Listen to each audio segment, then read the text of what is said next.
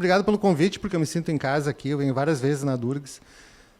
E estou cheio de amigos e colegas aqui, do ICBS, do departamento, da URGS, e pessoal que eu conheço também da Durgs. Eu sou filiado à Durgs desde o momento que eu assinei o contrato na URGS, em 13 de agosto de 2003, no mesmo dia eu assinei a filiação na Durgs também. Sou filiado há 23 anos. Tenho muito orgulho desse sindicato, que faz um grande trabalho e tem essa sede aqui. Isso aqui que a gente faz é uma... Não só eu dou essa palestra, com variações, mas todos os 3 diretores da FAPERGS dão essa palestra, que é basicamente um compilado de dados... Opa! Que o pessoal costuma se interessar em saber, eu tenho curiosidade de saber, eu quero ficar com os dados de financiamento. A gente fala um pouco do mundo, um pouco do Brasil, um pouco do Rio Grande do Sul e um pouco da FAPERGS. Em geral, as pessoas vêm para saber da FAPERGS e para pedir coisas para a FAPERGS. Então, eu vou deixar a FAPERGS por último e para reclamar da FAPERGS. Vou deixar a FAPERGS por último, que daí segura a plateia até o fim. E tem muito mais slide do que coisa que eu vou falar, porque tem um monte de dados aí detalhando o financiamento de agências que a gente pode passar para não ficar muito longo e muito chato. Todas essas informações, quase todos os slides são análises que o Odir de Lagostin, nosso presidente da FAPERGS, faz. Ele é fanático por planilha e gráfico e buscar as informações e trabalhar as informações. Eu não teria capacidade, muito menos a paciência de fazer essas análises. Então, quase tudo aí foi produzido pelo Odir a partir dessas fontes, que são fontes, da maioria, públicas. Algumas têm um acesso mais privilegiado ali no Cival, mas que ele minera esses dados e faz os compilados.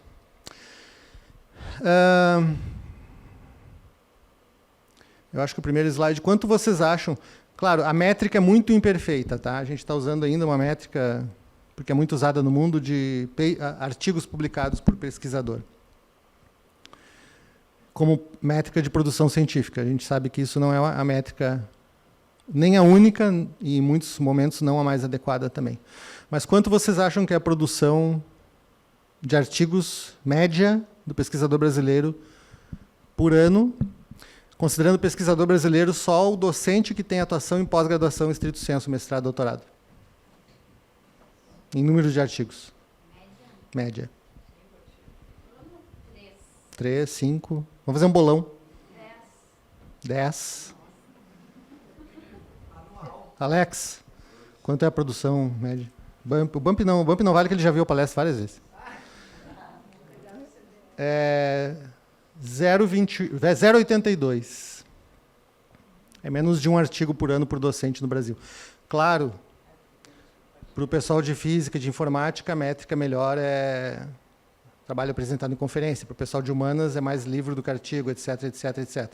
Então, isso aqui não tem a calibração para considerar as métricas, as produções nas diferentes áreas, né? Se a gente coloca o docente, divide, e também tem...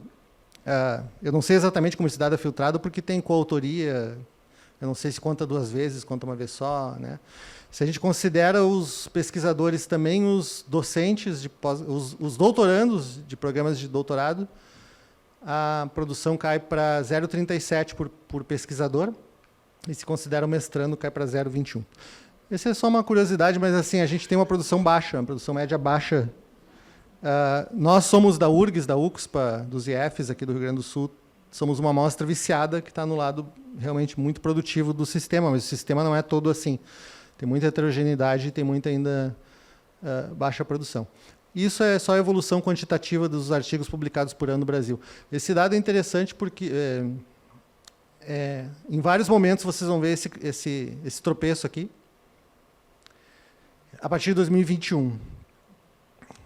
Que deve ter a ver com a pandemia, mas ninguém foi ver a causa, mas em vários países isso aconteceu, e no Brasil também a gente tem uma perda de produção e começa uma recuperação em 2023.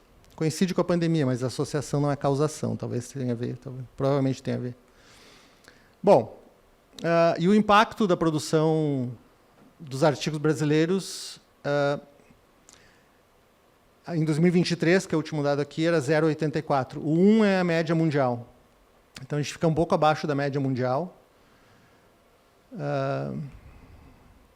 E a China, por exemplo, como comparação, foi subindo continuadamente e agora está um pouco acima da média mundial, acima do 1. Então, são alguns slides iniciais de dados gerais de produção científica e de impacto no Brasil e no mundo. A participação do Brasil na produção científica está caindo, na produção científica mundial. Já chegou a 2, claro que são diferenças relativamente pequenas, né? São de centésimos ou décimos, mas já chegou a 2,62 a produção científica mundial, e a partir de 2021 cai, e continua caindo, e agora é 2,14, que é menos do que era em 2014. Então o Brasil está perdendo espaço progressivamente, proporcionalmente aos demais países. E aqui a gente tem países que se considera que são comparativos com o Brasil em termos da evolução da produção científica. A Rússia deu um salto e tem essa queda também, que coincide com a pandemia. Mas já teve uma produção menor que o Brasil e passou. Irã é um país que agora ficou tudo muito instável, mas que é um país que é considerado um dos que mais consolida mais rapidamente sua produção científica de qualidade. E Turquia também. Então a gente está mais ou menos nesse grupo de países. E tem um dado interessante sobre o incremento de financiamento e de produção que eu vou mostrar daqui a pouco. Mas de financiamento, na verdade. Nessa figura aqui, primeiro ela é desatualizada, ela é 2019, eu só mantive porque ela é didática. E também tem vários condicionantes aqui, porque isso aqui é investimento em pesquisa por país. Só que aqui entra investimento privado, que no Brasil muitas vezes não é real, as indústrias declaram um investimento em pesquisa que não é em pesquisa, e isso aqui também está corrigido pelo poder de compra da moeda, o que infla o poder de compra aqui do real, e parece que a gente investe mais. No mundo, nós estaríamos investindo 2,3% do investimento mundial em pesquisa seria brasileiro. Mas, na verdade, a gente não faz pesquisa em real, a gente faz em dólar, e mais caro ainda, porque a gente paga as coisas em dólar, tem importação, pelo menos na nossa área, né, na área de hard sciences, então, na verdade, isso está inflado. Mas aqui o Brasil não ficaria tão mal se a gente considerasse esse número, né? O Reino Unido financia 2,5% da ciência, tem 2,5% do financiamento da ciência mundial, a Índia tem 2,7%, tinha aqui nessa época, né? A Rússia 2,2%, a Itália só 1,6%, o Canadá só 1,5%. Claro que países bem menores também, esse é um número absoluto, não está corrigido pela população. E os dois líderes sempre, de 1945 até pouco tempo atrás, os Estados Unidos, sem dúvida, sempre liderando tudo, e agora ultrapassado finalmente pela China, em quase todas as métricas, começa a ficar em segundo lugar e a China assume a dianteira. Aqui ainda estava a China com 20% de financiamento, os Estados Unidos com 26%. Mas, principalmente agora, tem uma deterioração muito rápida do sistema de financiamento americano e uma perda de posições muito rápida, e a China num crescimento muito, muito expressivo. Isso aqui é mais ou menos a mesma coisa, dividindo por região. Aqui mostra a curva, isso aqui é até 2017, também é velho, tá? Mas mostra países que tinham ficado mais ou menos estáveis, entre eles o Japão, a Alemanha e tal, França, Índia, Reino Unido, a União Europeia como um todo subindo, Estados Unidos sempre subindo, mas a China dando grande salto, e se pegar esse gráfico hoje, certamente ela já passou aqui, e já ultrapassou, e esse número está bem maior. Isso aqui são bilhões de dólares, para a gente começar a ter uma noção das diferenças de orçamento. Até 2017, Estados Unidos e China estavam entre 500 e 600 bilhões de dólares. Hoje já é mais, a China se aproximando do trilhão. E aí a gente vai pegar os números do Brasil depois e vai ficar muito deprimido. Esse gráfico é muito interessante. Esse é atualizado de 2024. É a lista de países e seu incremento em investimento científico. É de 2021 a 2024. Claro que países mais consolidados já tinham um investimento alto e não tem tanto espaço para crescer mais. Quem tem mais espaço para crescer é quem investe menos. Mas tem uma tendência muito clara aqui.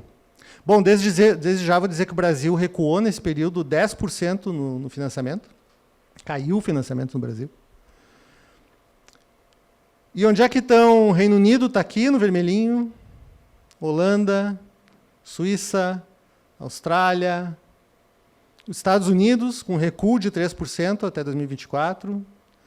E quem são os primeiros da lista? Disparadíssimo, em primeiríssimo lugar, Emirados Árabes Unidos, que se deu conta que agora um próximo passo para manter toda aquela riqueza que eles têm é investimento em ciência e tecnologia. E eles têm muito dinheiro e estão num movimento de crescimento muito agressivo. Inclusive, se alguém se interessar, recrutando muitos pesquisadores que querem ir para lá com excelentes salários. Eu tive em 2024 em Dubai e muda os parâmetros que a gente tem do que é um lugar rico, realmente. É um negócio muito impressionante. Negócio muito impressionante. E eu conheci eu tenho um espaço de atuação na questão dos BRICS. Eu represento o Brasil num fórum aí dos BRICS. Então a gente interage com colegas desses países todos e a liderança científica das equipes lá dos Emirados são muito a maior parte lideradas por mulheres. E são muito impressionantes também. Em segundo lugar está o Iraque. Em terceiro, a Arábia Saudita. Depois a Índia, Hong Kong, China, Vietnã, Tailândia, Turquia, Malásia, Indonésia, Paquistão, Singapura, Egito, Nigéria, África do Sul. Depois começam os que a gente espera. Coreia do Sul, Finlândia, Noruega, Chile, está aqui. Mas tem um movimento muito claro de deslocamento, com decadência do financiamento nos países ocidentais mais consolidados e um deslocamento para a Ásia e para o leste muito claro, liderado pela China. O jogo mudou. O jogo mudou. O progresso, o dinheiro, tudo está indo, a liderança está indo para lá. Está indo para o leste.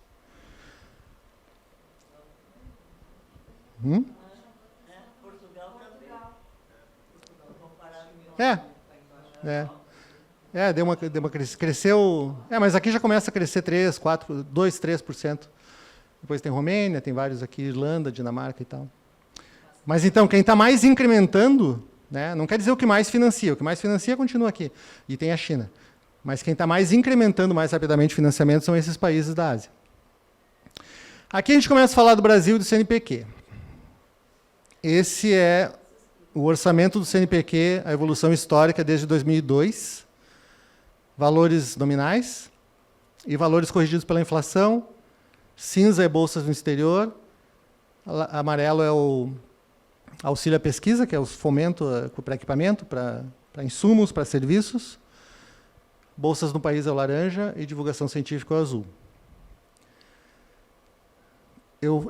Eu falo que eu não quero falar como instituição, mas como CPF, para poder comentar algumas coisas. Não precisa muito esforço para associar essas curvas com os governos de plantão. A gente começa em 2002, saindo do mandato Fernando Henrique com um nível baixíssimo de investimento. Começa a ter um incremento em 2002, que cresce de forma continuada.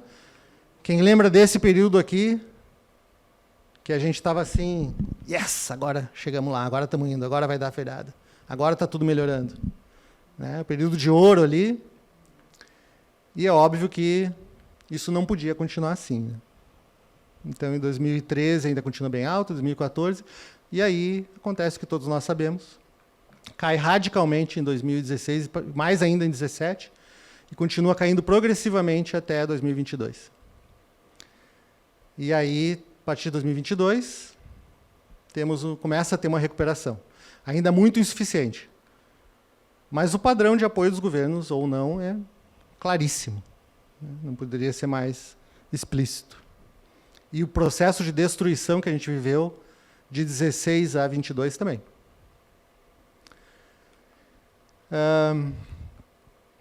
Aqui começa coisas que são detalhamento. Eu vou deixar esses slides, a gente considera isso informação pública, a gente disponibiliza todas as análises, todas as figuras. Sempre que eu dou a palestra, eu deixo para o anfitrião os slides, para quem pedir também, eu posso mandar. Então, eu não vou detalhar tudo, vou deixar os dados aqui, tá? Mas tem todo o detalhamento dos orçamentos, por tipo de investimento, por tipo de bolsa, etc, etc, etc. Orçamentos da CAPES, que evoluíram bastante, né, na gestão do professor Jorge Guimarães. A CAPES deu um salto de 600 milhões para 2 bilhões, 3 bilhões, e continua aumentando. E hoje, em 2024, ela teve 5 bilhões de investimento. É um orçamento alto, a CAPES não tem tanta carência de recurso assim. Em valores corrigidos, também mais de 5 bilhões, 2023, 2024. E a gente sabe que o papel das agências, né, difere. A missão do CNPq é dar o fomento para a ciência como um todo, nas universidades principalmente. A missão da CAPES é a formação de recursos humanos e sistema de pós-graduação. e a missão da FINEP entre as agências federais é grandes projetos de infraestrutura e investimento para inovação em empresas. E aí tem, depois eu vou falar da FINEP, mas tem modalidades que não são só não retornáveis, mas são empréstimos com condições facilitadas. Mas aqui a evolução do número de bolsistas e de alunos de... a evolução do número de bolsas de pós-graduação, de mestrado e doutorado. Nós tínhamos 55 mil bolsas de mestrado, 64 mil de doutorado. A percentagem de alunos bolsistas no Brasil, quantos matriculados têm bolsa. 2024, isso aqui nunca diminuiu. Tá? O número de bolsas, apesar de não parecer, nos nossos programas, segue aumentando sempre. Só que tem mais demanda, tem mais programa, tem mais... Valores baixos, defasadíssimos, né? Mas a percentagem, tanto o número total de bolsas quanto a percentagem de alunos bolsistas aumenta continuadamente. A imensa maioria das bolsas de pós-graduação são dadas pela CAPES. Em segundo lugar, as FAPES, mas a FAPERGS não, eu sei que vocês vão reclamar disso. E 8% só do CNPq. A missão da CAPES é essa, né? Ela deveria suprir adequadamente todo o sistema de pós-graduação com as bolsas. Aqui a evolução do número de alunos de doutorado desde o ano 2000 e o percentual que tem bolsa da CAPES. E o percentual aumenta. No ano 2000 era 26% que era bolsista. Hoje são 41 para 42, 40,9 ou 41,9, eu não enxergo daqui. Então, apesar da impressão que a gente tem, não tem uma queda da percentual de alunos bolsistas se pegar o sistema como um todo. E aqui, mestrado e percentual de mestrandos com bolsa da CAPES. Aqui tem uma queda no percentual de mestrandos, que culmina em 2021 e depois sobe de novo. Percentagem de alunos com bolsa de mestrado e doutorado por estado. E aqui é uma coisa interessante. O estado que mais tem alunos com bolsa em termos percentuais é Alagoas. As bolsas da CAPES são azuis, CNPq as laranjas e a FAP verde. Amazonas, Sergipe, Maranhão, Acre, Espírito Santo, Pernambuco, ou seja, na frente estão estados menos consolidados em geral na atividade científica de pós-graduação, que tem menos alunos, e a percentagem de alunos contemplados é maior. O Rio Grande do Sul está aqui, perto de 50% de alunos bolsistas. E se pegar, por exemplo, a toda poderosa São Paulo, com a sua FAPESP, é menos do que nós. Então, mesmo o estado, o Rio de Janeiro, que tem a FAPERJ, que é poderosíssima, que também dá bolsas, ou o Paraná, que tem a Fundação Araucária, todos têm um percentual baixo de bolsas da FAP e todos têm um percentual menor de alunos contemplados por bolsa do que nós. Então, comparando com o percentual dos estados brasileiros, o Rio Grande do Sul não tem uma percentagem baixa de alunos bolsistas, tem uma percentagem bem alta de alunos bolsistas. Não há, se olhar por esse critério, não há uma falta de bolsas no estado como um todo. Que é uma das coisas que eu falo, batam na porta da CAPES e perguntem como é que está a matriz de distribuição dessas bolsas. Não é bom, mas é entre os mais altos, né? Entre os estados mais fortes aqui, Minas Gerais, Rio Grande do Sul, São Paulo, Rio de Janeiro, Paraná, não passa muito disso em nenhum lugar, a não ser nesses estados que ainda estão se consolidando e que tem pouco aluno e pouco programa. E depois eu vou falar por que a FAPERGS não dá bolsa, que é uma coisa que eu sempre falo nas palestras. Mas um dos argumentos é que se a gente elencar todas as emergências que a gente tem para atender com o nosso minúsculo volume de dinheiro, essa não é a emergência mais gritante, apesar de para os coordenadores de pós e para os alunos ser. É um quadro desesperador para quem está na liderança do programa, para o aluno que precisa da bolsa. Mas se pegar os números do sistema, o Rio Grande do Sul não tem uma carência de bolsas. E não tem uma necessidade urgente de bolsas da FAP. Se houvesse dinheiro sobrando, sim. Mestrado, doutorado com bolsa classificado pelo percentual CAPES, isso aqui é detalhamento, tá? É outros recortes. Percentual da FAP. Quantas bolsas são dadas pela FAP? No Rio Grande do Sul é 0.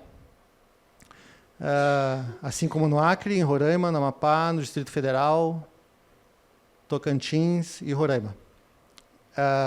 São Paulo é 5% com bolsa da FAP, Santa Catarina 4%, Rio de Janeiro 3%. E nesses estados aqui tem mais, Amazonas 26%. eles dizem que eles não são atendidos adequadamente pela CAPES e precisam compensar com a FAP. E todas essas FAPs têm orçamento maior que a FAPERGS, viu?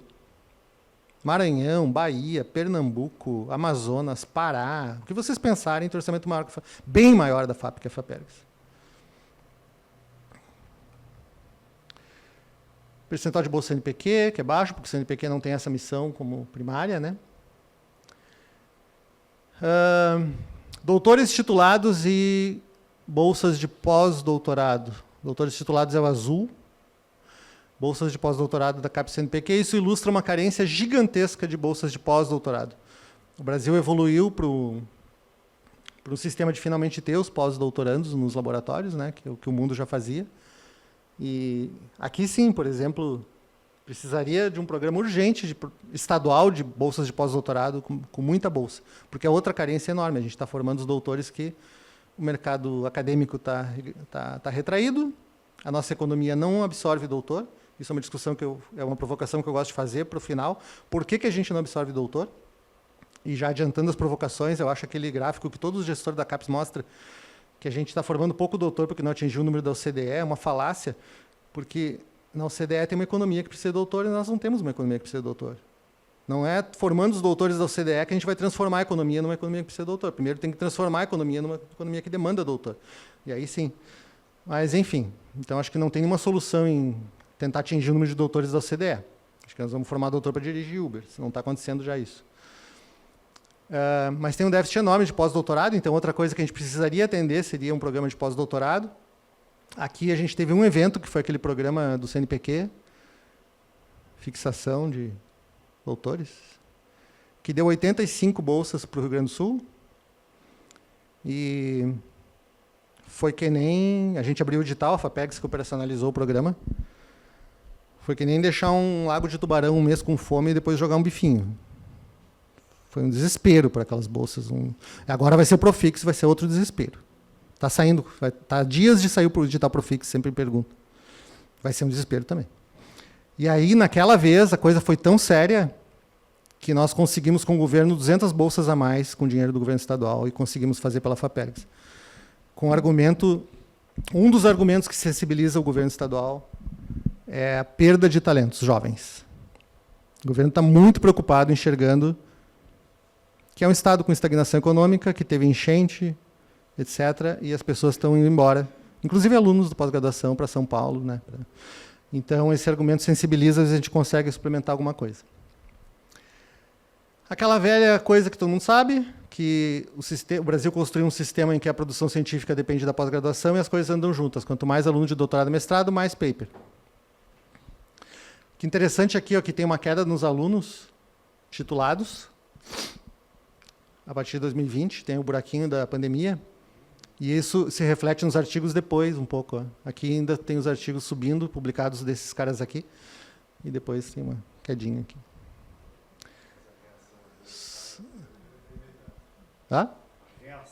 É, né? Parece que sim, felizmente. Aqui só doutores e artigos.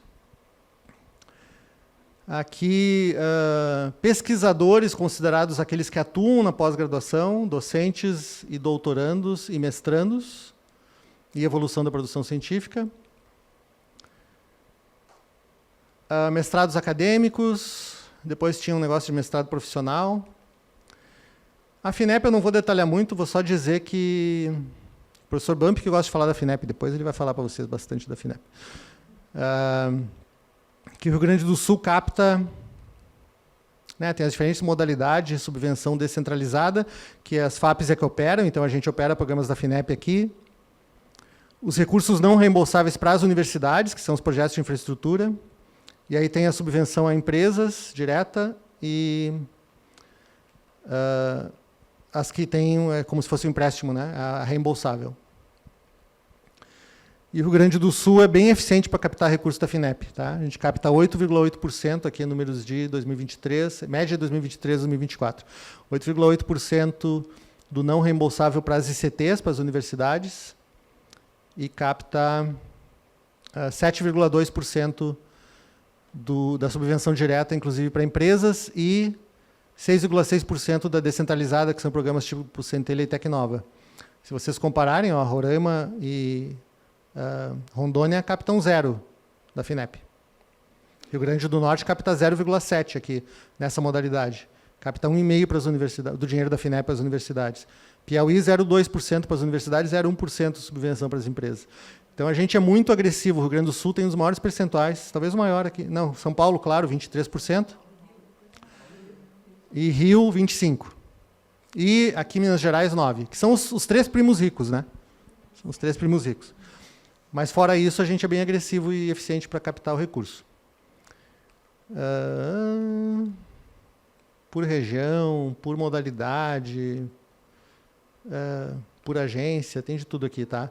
Então, a região sul representa 25% dos recursos da FINEP, 15% dos recursos da FINEP às universidades, 6,7% dos orçamentos das FAPs no Brasil, 17% do dinheiro do CNPq, quase 20% das bolsas do CNPq, mais de 20% das bolsas da CAPES, 18% da produção científica, 19% das matrículas de pós, 19% dos doutores, 17% do PIB.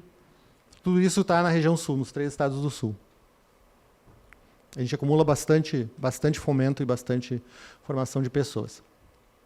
Bom, olhando um mapa do Brasil, hoje todos os estados têm as suas FAPs, os 27 estados têm Fundação de Amparo à Pesquisa. E aqui a produção científica por estado. São Paulo sozinho, no ano 2000, que não é tanto tempo atrás, já foi 43% da produção científica brasileira. Até 2003, era mais do que... Era 42%. Era mais de 1/3, né, entre 1/3 e metade da produção científica brasileira concentrada no estado de São Paulo. E o Rio de Janeiro é o vermelhinho, já foi 18,5%. Então, São Paulo e Rio de Janeiro, somando isso aqui, concentravam 43 e 18. 60% da produção científica era nesses 2 estados. Até relativamente pouco tempo atrás. Isso aqui é proporcionalmente, né, então não é uma redução absoluta, mas há um esforço ativo de todas as agências de fomento de descentralização e redução da desigualdade regional. Todos nós conhecemos os esforços para dar mais projetos no Sudeste, no Norte, Nordeste e Centro-Oeste. Então, hoje, São Paulo representa só 27%, só, né? Ainda é muito. Rio de Janeiro, 11%, e os outros estados somados, 60%. Então, tem uma descentralização crescente, com os outros estados assumindo mais protagonismo em relação a São Paulo e Rio. As FAPs é onde o investimento cresce no Brasil, em relação a se pegar todo o conjunto de agências, o conjunto das FAPs, onde os investimentos crescem. Em 2018 era 2,4 bi, agora 6,24 bi. 30% do orçamento total brasileiro. Em 2025. Aqui desde 2018. E entre as FAPs, tá? Entre as FAPs, olhem só. Esse gráfico é legal. Em 2018, a FAPESP sozinha financiava mais do que todas as outras FAPs somadas. Nós temos um estado com uma FAP que tinha mais dinheiro que todas as outras FAPs somadas. Em muitos anos, a FAPESP tem mais dinheiro que o CNPq, que é a principal agência federal. A desproporção assim, é uma monstruosidade, a FAPESP. FAPERJ, FAPEMIG, que são as 3 grandes e bem financiadas, melhor financiadas, e as outras, a soma das outras. Aqui também tem uma perda relativa de espaço. Hoje a FAPESP é só 42% do financiamento das FAPs no Brasil. E as outras FAPs, São Paulo, Rio e Minas, e sobra para todos os outros 24 estados, 37% do financiamento das FAPs. Então, uma das coisas que eu mais gosto de ouvir é se a FAPESP está fazendo, por que a FAPEGS não faz? Eles têm entre 1,4 e 2 bi de orçamento anual garantido. É uma política de Estado, ele é cumprida a lei lá do 1% da arrecadação, desde sempre. Então, assim, o orçamento que a Assembleia destina à FAPEGS no início do ano, a FAPESP gasta em comunicação e divulgação científica. Aquela revistinha que chega na casa da gente custa 13 milhões por ano. É quase metade do orçamento da FAPEGS. É um outro universo.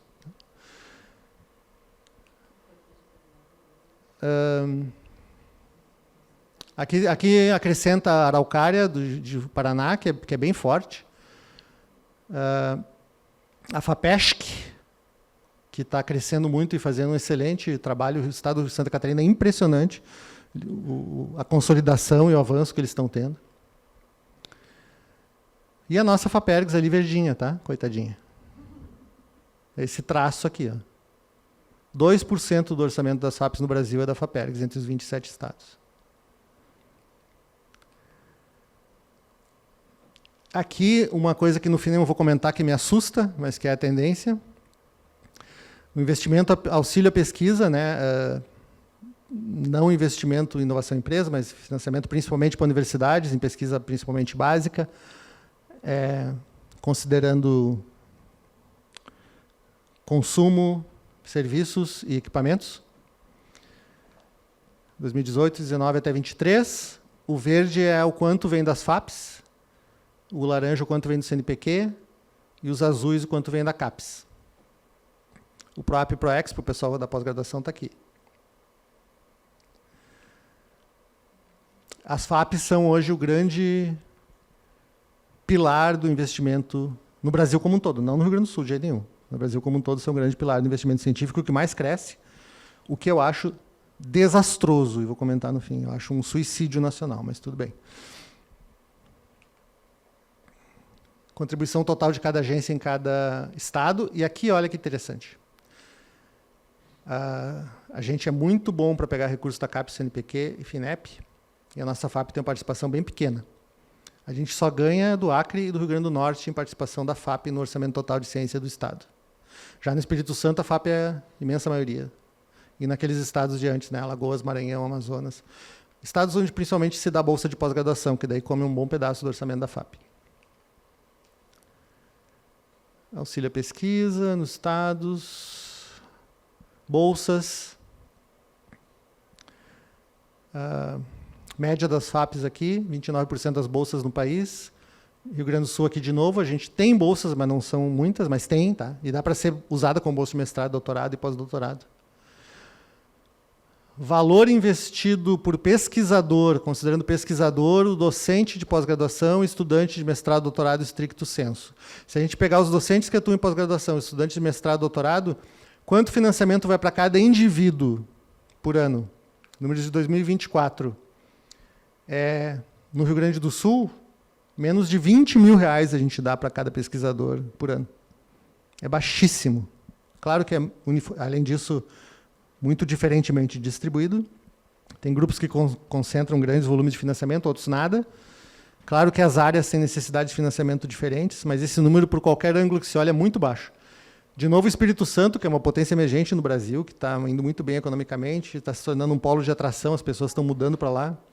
A FAP está crescendo, crescendo, crescendo. O PIB deles, eles têm dinheiro do petróleo e tal. É onde tem o maior volume de investimento por pesquisador. Distrito Federal, que é só uma cidade, né, tem também entre 20 e 25 mil por pesquisador. Se a gente pega esses números médios, é muito baixo. Isso aqui vocês podem detalhar depois, quem quiser o slide, mas volume de dinheiro captado pelos estados do CNPq, da CAPES, das FAPes e da FINEP, soma total, quanto é o PIB e qual percentagem do PIB foi captado em financiamento científico. Vamos pegar só o Rio Grande do Sul, 205 milhões do CNPq, 273 milhões da CAPES, 99 milhões da FAP, 236 da FINEP, somando quase 1 bi. O PIB do Rio Grande do Sul nesse período, isso aqui é multiplicado por 1.000, né, deve ser 700 bi. E a percentagem do PIB, o financiamento captado pelo Estado ou concedido pelo Estado, tudo somado, corresponde a 0,13% do PIB, que é muito, muito, muito baixo. Aqui, falar do Rio Grande do Sul, eu quis botar um slide aleatório que ilustrasse, né, o Rio Grande do Sul com o que ele tem de melhor e mais representativo, enfim. Então... Pôr do sol lá, a ponte, o pessoal falou que é para mostrar a ponte. E aqui a gente começa a parte ufanista, né, bairrista. Se a gente pega as métricas de sucesso, digamos, o Distrito Federal vai aparecer na frente muitas vezes, mas o Distrito Federal é uma cidade, com uma universidade praticamente que demanda recursos de pesquisa, que é o UNB. Então é um ecossistema, desculpa, cadê o Campani? É um sistema menor que Porto Alegre. E tem uma FAP com muito dinheiro, tem um prédio lindo de 7 andares. Nós não temos um prédio na FAPEGS, tá? Nós ocupamos o 2º andar alugado lá do edifício União. Mas se a gente, então o DF é artificial, porque a proporção de doutores vai ser maior, é uma cidade e tal. Mas se a gente tira o DF, o Rio Grande do Sul tem a maior titulação de doutores no país. Todo o poderoso São Paulo está aqui. Isso é corrigido pela população, tá? Então é percentual na população. Nós temos 22 doutores por 100 mil habitantes titulados por ano. São Paulo tem só 13. Ah, desculpa. Santa Catarina. São Paulo está aqui. 16. Enfim, mas tudo bem. Rio de Janeiro é o 2º, praticamente, se tirar o DF. Aqui o percentual de doutores, e o Rio Grande do Sul responde por 2023, Rio Grande do Sul, 10% da formação de doutores, tendo 5% da população. Pesquisadores ativos profissionalmente por 100 mil habitantes, tirando de novo o DF, o Rio Grande do Sul número 1. Nós temos a maior densidade de pesquisadores trabalhando, atuando na população, que 2 prêmios Nobel de Economia dizem que é o maior critério para ver se um país vai se desenvolver, é a percentagem de pesquisadores na força profissional. Artigos por 100 mil habitantes, nós somos o número 1. São Paulo é o 3º. Nós produzimos 8,9 artigos por 10 mil habitantes. Nós temos a maior produção científica do Brasil, corrigida pela população.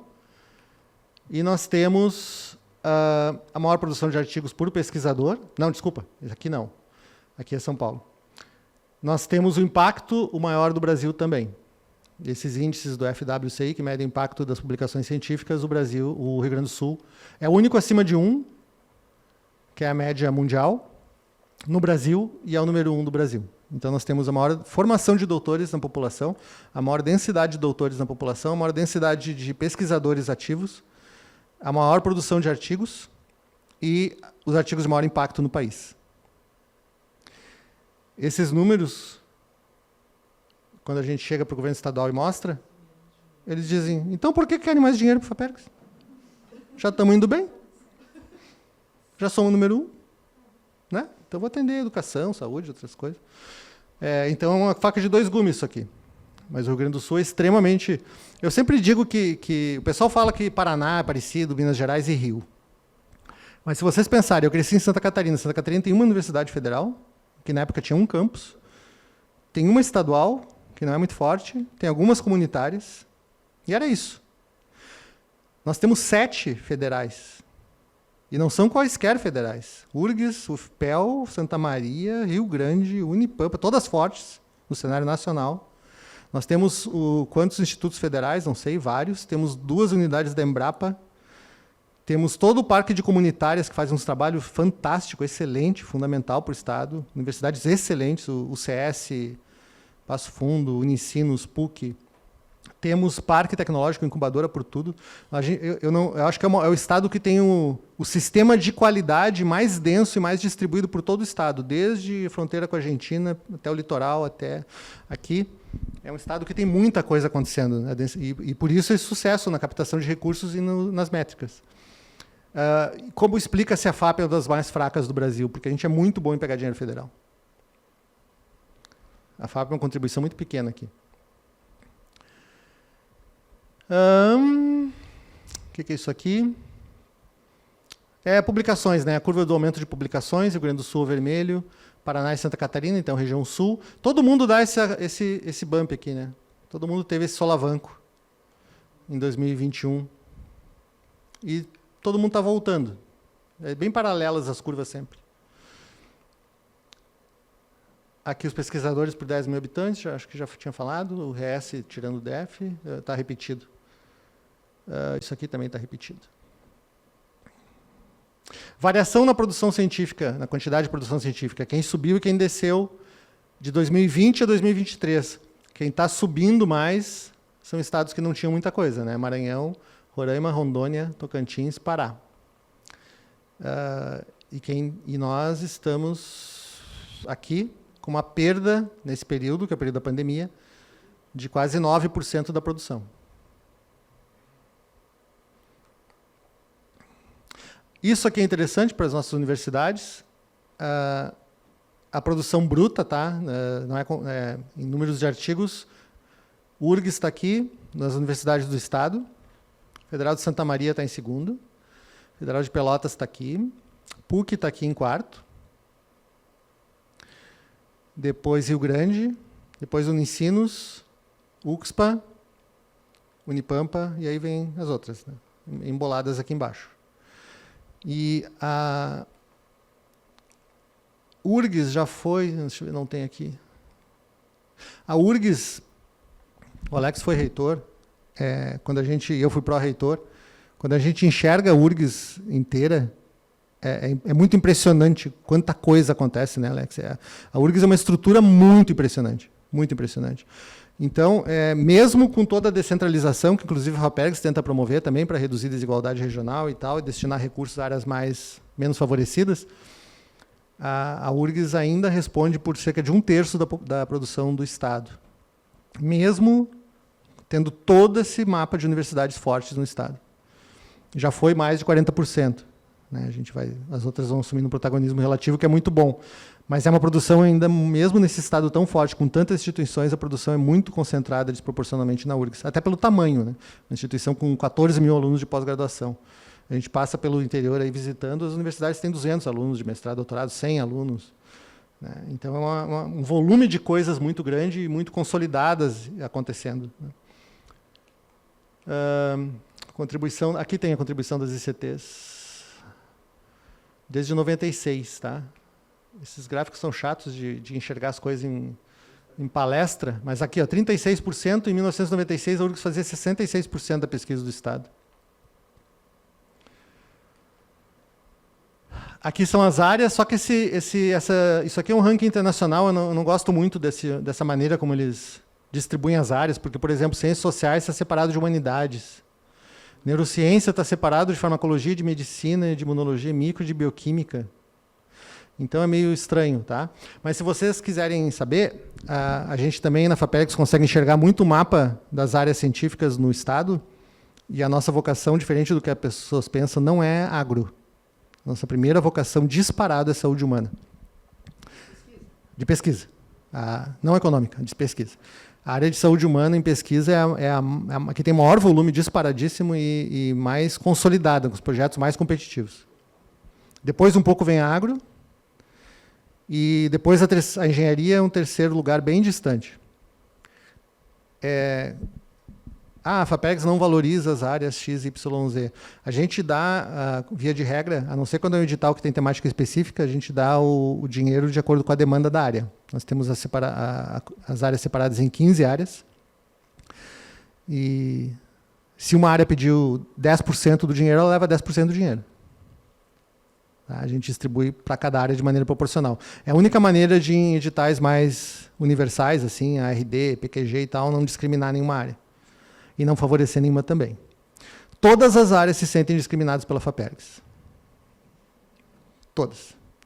No dia seguinte do julgamento, a FAPERGS está matando a arquitetura, a FAPERGS está matando a história, a FAPERGS está matando a Quando a gente fez aquele de 85 bolsas, tinha 4 bolsas que foram para a área de biodiversidade. Aí um cara escreveu, botou na rede social no dia seguinte, de 85 bolsas, só 4 foram para a biodiversidade, a FAPERGS está matando a biodiversidade no Estado. É uma sub-área e ganhou 4 de 85, está super representada a biodiversidade.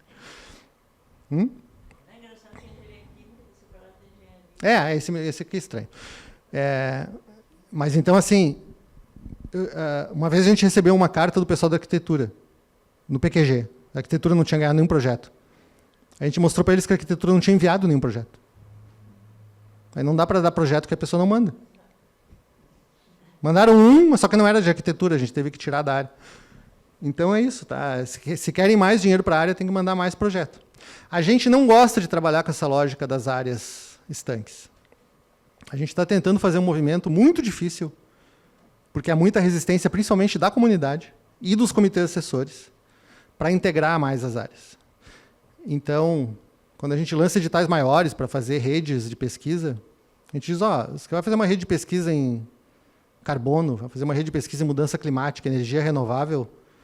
Nessa rede a gente quer ver físico, engenheiro, biólogo, médico, historiador, escritor, quer ver todo mundo, porque nenhuma disciplina sozinha vai conseguir resolver essas questões e tem que ter o olhar de todas as disciplinas. A gente tem um programa que é o maior da história da FAPERGS, chamado RITES, para redes inovadoras, tecnologias estratégicas, que são meio que NCTs estaduais. Fui eu que criei esse programa, tenho muito orgulho dele. São melhores que os NCTs, tá? Mas são NCTs estaduais. E a gente tentou forçar a interdisciplinaridade. A rede a minha favorita pessoal, eles sabem, é da PUC, do professor Nitamar, porque é uma rede que é sediada no departamento de filosofia, e os filósofos que trabalham com ética, estão trabalhando com ética para atender empresas de tecnologia sobre o uso de IA com parâmetros éticos. Tem um sucesso enorme esse projeto. E é um projeto que a gente tirou o filósofo para...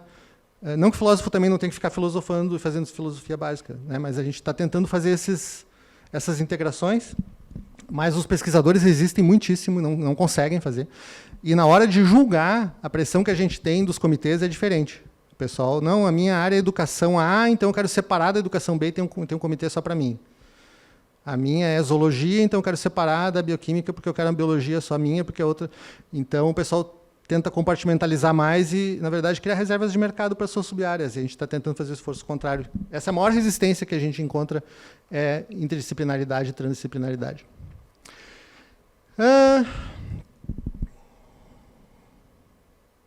Tá. Categorias de ICTs, isso é interessante. E aqui tem um problema que eu acho também. A confessional está separada da comunitária, mas elas são muitas vezes a mesma coisa, PUC, Unicinos, etc. Então, considerem confessional e comunitária a mesma coisa. No Paraná, as universidades federais são mais da metade da produção. Em segundo lugar, é estadual. E depois, privadas que não são... Privadas com fins lucrativos, né? Aqui no Rio Grande do Sul só tem a UBRA e a Actus. E confessionais e comunitárias não têm uma participação muito grande. Aqui estão as confessionais. Santa Catarina... imensa maioria é a UFSC. As comunitárias deles, a estadual tem 13%. E no Rio Grande do Sul, as federais, apesar da rede comunitária ser excelente, as federais dominam, as comunitárias e confessionais que se juntam, e a nossa estadual é um traço. É uma universidade que tem uma dificuldade enorme de conseguir fazer pesquisa, propor projetos. É outra instituição que reclama muito, mas a gente diz, vocês não mandam projetos. Vocês não constroem projetos. A UERGS tem muita dificuldade. Ela nunca se firmou como uma instituição de pesquisa. Eu tive alunos graduados na UERGS que tiveram uma formação excelente, uma formação profissional absurdamente boa. Mas eles não são uma universidade de pesquisa até agora. E, finalmente, o que vocês queriam ouvir da FAPERGS. O azul é o quanto a Constituição do Estado manda dar dinheiro para a FAPERGS. O vermelho é o quanto o governo do Estado dá. E não é de hoje. A Constituição Estadual manda dar 1% da receita líquida de impostos. Isso nunca chegou... Bom, vocês podem ver. Nunca chegou a 1/3 disso, né? Nada. Se a Constituição Estadual fosse cumprida, o orçamento da FAPERGS hoje, na lei orçamentária, lá na Assembleia, que a FAPERGS poderia pegar o dinheiro e dizer, vamos planejar o que fazer com esse dinheiro ao longo do ano, ele é nosso, temos autonomia, temos previsibilidade, temos o calendário à nossa disposição, seria de 700 milhões por ano. 700 milhões não é um bicho de 7 cabeças.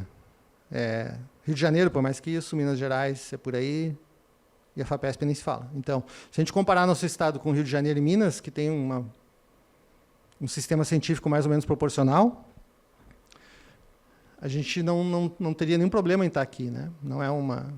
E várias, Araucária, em Paraná, Santa Catarina, estados do Nordeste, todas têm acima de 100 mil, 200 mil, 300 mil. O orçamento da FAPERGS na lei orçamentária deste ano, que foi para a Assembleia, foi 38 milhões.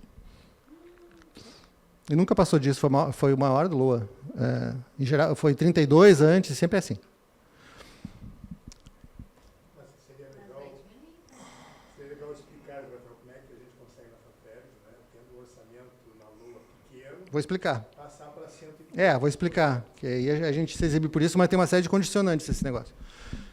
Então, assim, a gente sai o ano ali sabendo que vai ter 30 milhões. O programa de C custa 15,5. Aí C é metade do orçamento.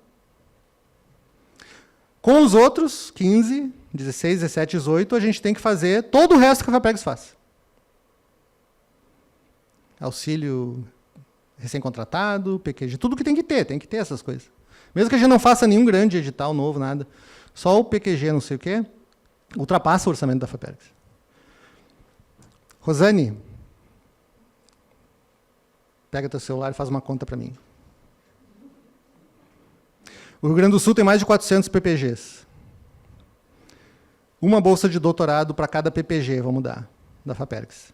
Não, menos. Vamos dar 400 para arredondar, porque tem mais de 400 PPG. Vamos dar para 400 PPGs uma bolsa, que não resolve o problema de ninguém. É R$ 2.400 por mês, vezes 48 meses. Doutorado é mais agora?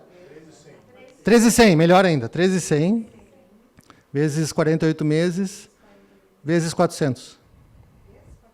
400 bolsas.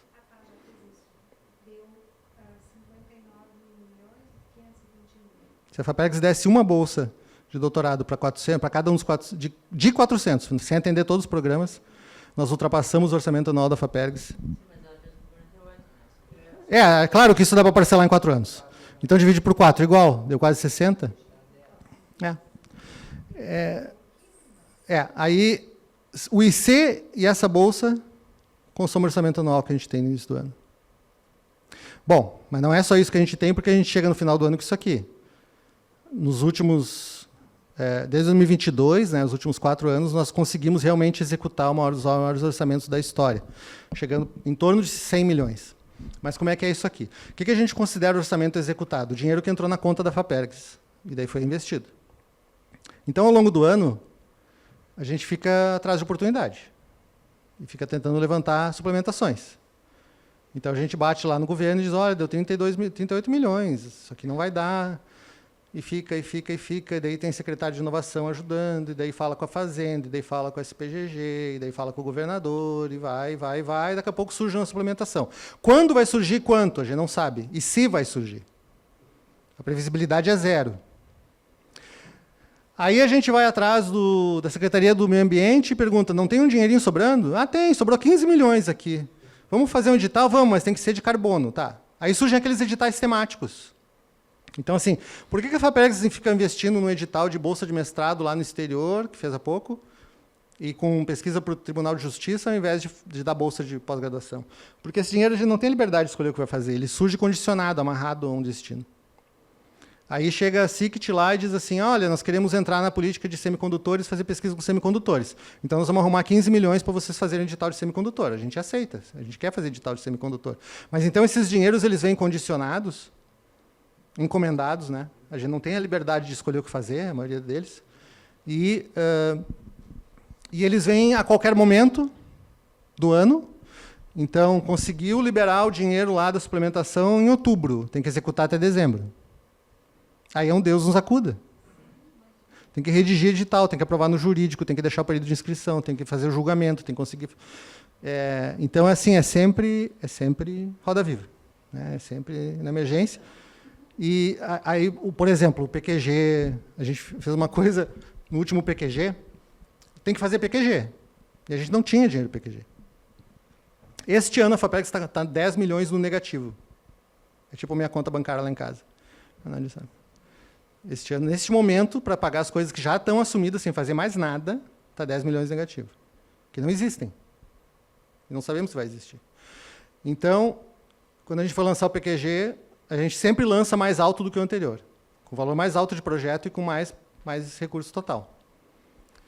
Nós lançamos com 40 milhões, que poderia ter sido 30, que poderia ter sido 50, porque nós tínhamos 0. E não sabíamos se iam ter R$1. O que vamos fazer? Não vamos lançar o PQG? Vamos lançar sem dinheiro. O jurídico falou de pelo amor de Deus. Não façam. Não, vamos fazer.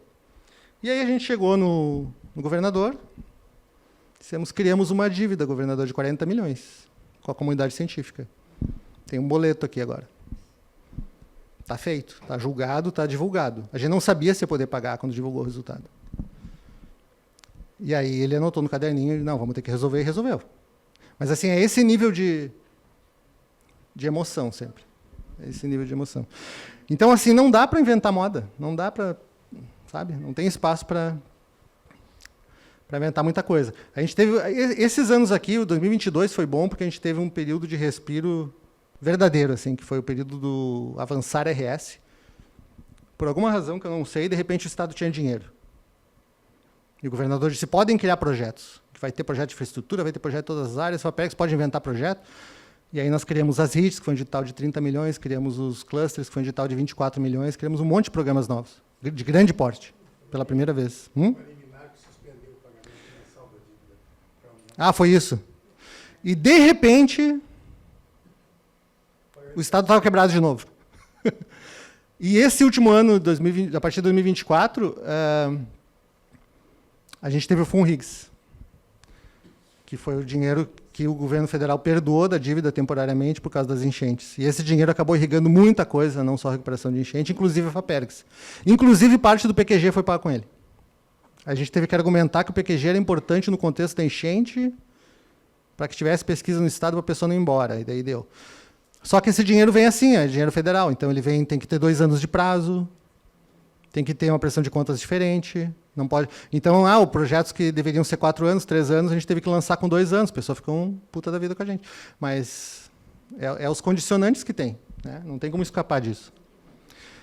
No final de 2024, isso tudo eu posso falar porque o Ordir já falou isso em público, do lado do governador, dentro do palácio, essas coisas que estou falando. Em 2024, foram 60 anos da FAPERGS, e a gente fez uma edição especial do prêmio e uma festa comemorativa no Palácio. E ali o governador anunciou de surpresa que agora nós íamos multiplicar por 7 o orçamento histórico da FAPERGS e ia ter 210 milhões em 2025.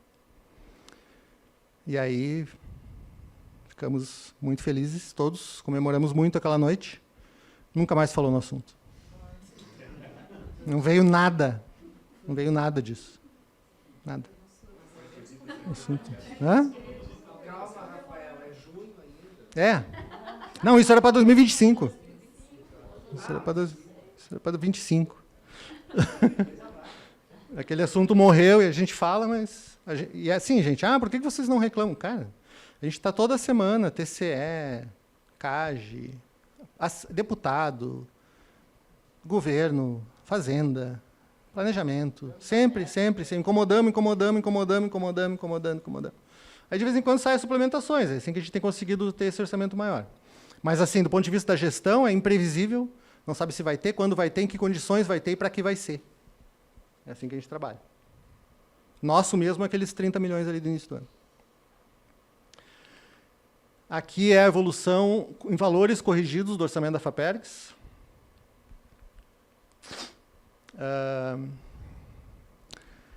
E aqui na linha é o percentual que a Constituição prevê.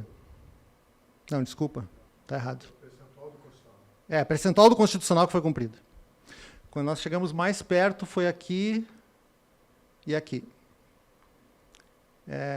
97 até 2001. Aqui teve um momento bom da FAPERGS, o Vila Verde era secretário da Ciência no governo Olívio. Foi quando se começou a fazer um movimento para tentar chegar, né, mas depois também não conseguiu manter. E também, claramente, aqui tem períodos que a gente vê que o pessoal não estava muito afim de colaborar. Né?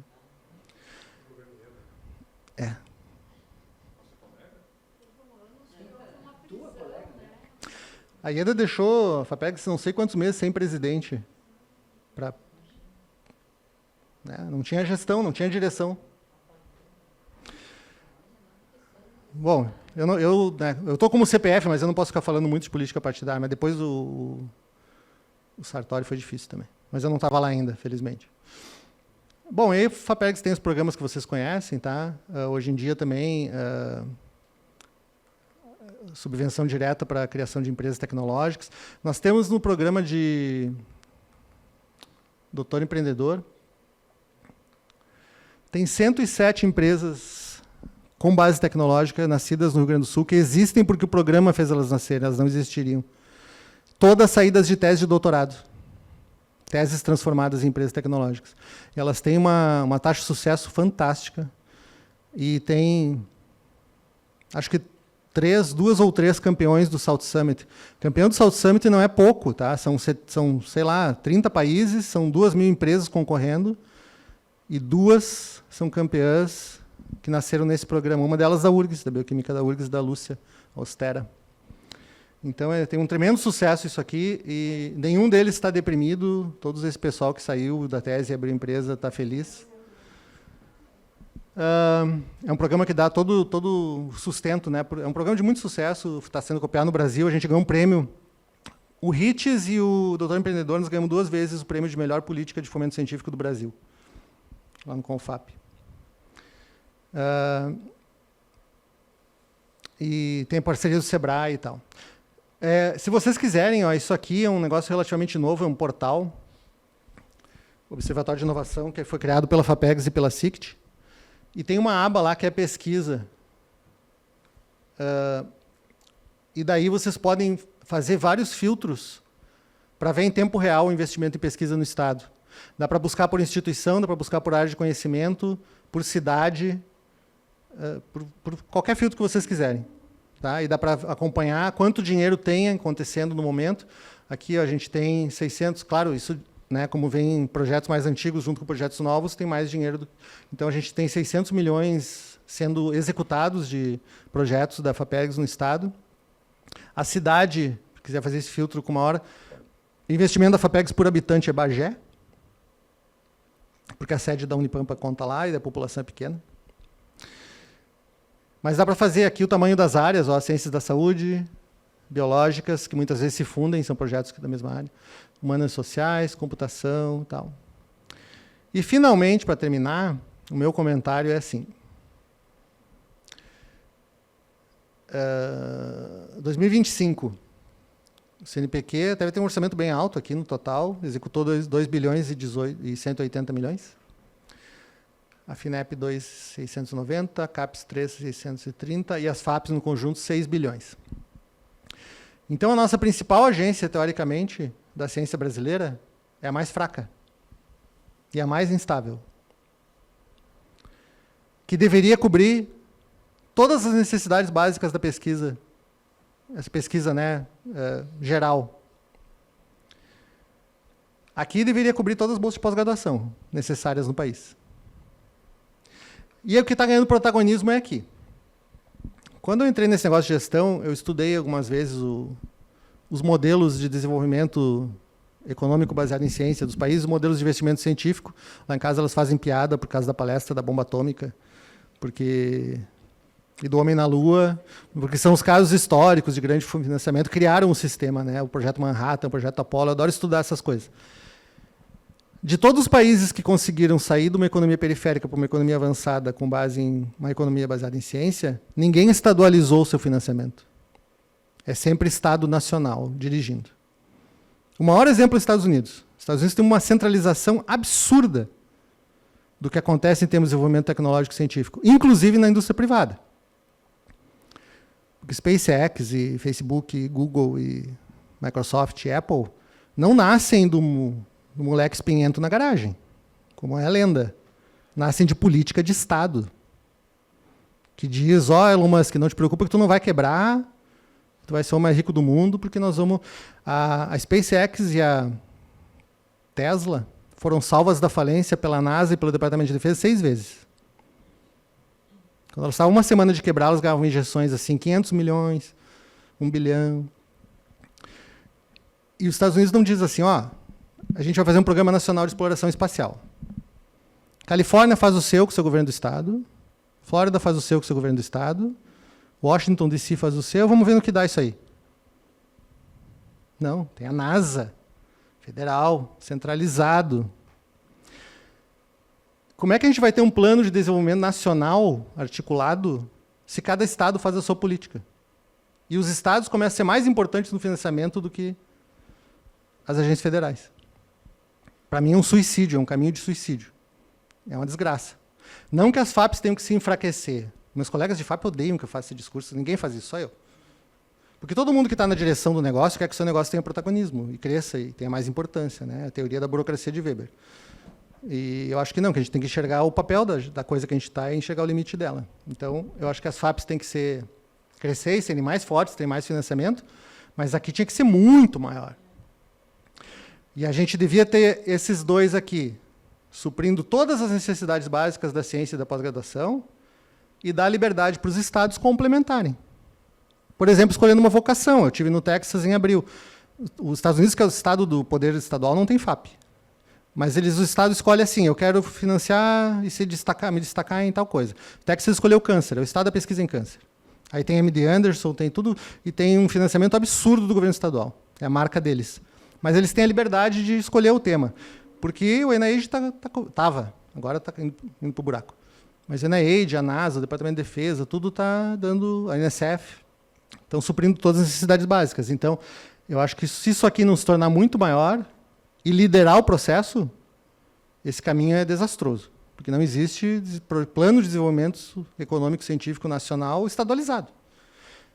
Todo o mérito para a FAPESP, mas como é que um estado tem mais investimento do que a principal agência federal? É uma distorção ridícula, é absurdo, é surreal. Então, meu discurso é esse que os colegas de FAP ficam apavorados. Mas eu não estou falando contra as FAP, eu estou falando que aqui tinha que crescer muito, muito, muito. A gente viu os números, né? Hoje, China deve estar 900 bilhões de dólares por ano. Estados Unidos, nos anos bons, agora não sei, deve estar caindo também por aí. 2 bi de reais. Mais 2 bi de reais. Mais 3 bi de reais. Divide e converte em dólar. 1 bilhão de dólares. 900 vezes menos do que Estados Unidos, China, etc, etc, etc. O NIH, da nossa área, esse ano não foi investido, porque o governo federal está quebrando ele, mas foi destinado pelo Congresso americano 447 bilhões de dólares. O NIH, para a saúde, tem 47 vezes mais que toda a nossa agência principal, que dá dinheiro para todas as áreas. Então, a gente está falando de uma escala de financiamento que é muito, muito, muito, muito baixa, aqui no Brasil. E eu terminei. Pode falar, professor. É que tem outra dimensão aqui que eu gostaria que tu refletisse sobre ela. É que a FINEP tem a sua principal fonte, o FNDCT. E o orçamento do FNDCT não pode ser tirado do tapete, porque ele é arrecadatório. Vem a arrecadação dos fundos setoriais. E ele, no ano passado, o orçamento era de 14, 15. Esse ano é 17 bi. E o que está indo para o fomento da pesquisa é muito pouco, porque o governo decidiu, há muito tempo, né, dedicar a maior parte do MDCT para ir para a carteira de empréstimo, tá, da FINEP, porque isso não caracteriza gasto, não desembolso, porque ele empresta para a FINEP, e a FINEP fica com crédito, o Tesouro fica com crédito para receber da FINEP um dia, quando Deus quiser. Então, o fato de que isso aí seja esse fomento, seja um percentual muito pequeno, 20% só, do total, é vergonhoso. Isso aí tem que ser perguntado, tem que ser problematizado pelas FAPs. O que vocês estão fazendo com o FNDCT, 17 bi? Todo encontro de Confap tem isso. O pessoal cobrando a questão do FNDCT. Inclusive, tem uma pessoa, que tu sabe quem é, que é o alvo da queixa, né, no governo federal. O FNDCT é o grande baú do Tesouro, né? 25 bi lá. Se eles dessem 2 bi por ano a mais para o CNPq do FNDCT, já resolvia muita coisa, né? Dobrava o orçamento do CNPq. E está lá o dinheiro. Por muito tempo contingenciado, ou indo para finalidades, empresa de defesa privada, coisas que... E ainda assim, que a maior fonte nossa, uma garantidora que vai nos salvar, é 5 bilhões de dólares. Ou menos. que não é muito dinheiro também. Então, era isso. Eu vou deixar os slides, vou deixar todos os números, as tabelas, para quem quiser estudar. Muitas vezes o pessoal de PPG, reitoria, e o sindicato, acho, né? Pode se interessar em querer ver essas coisas.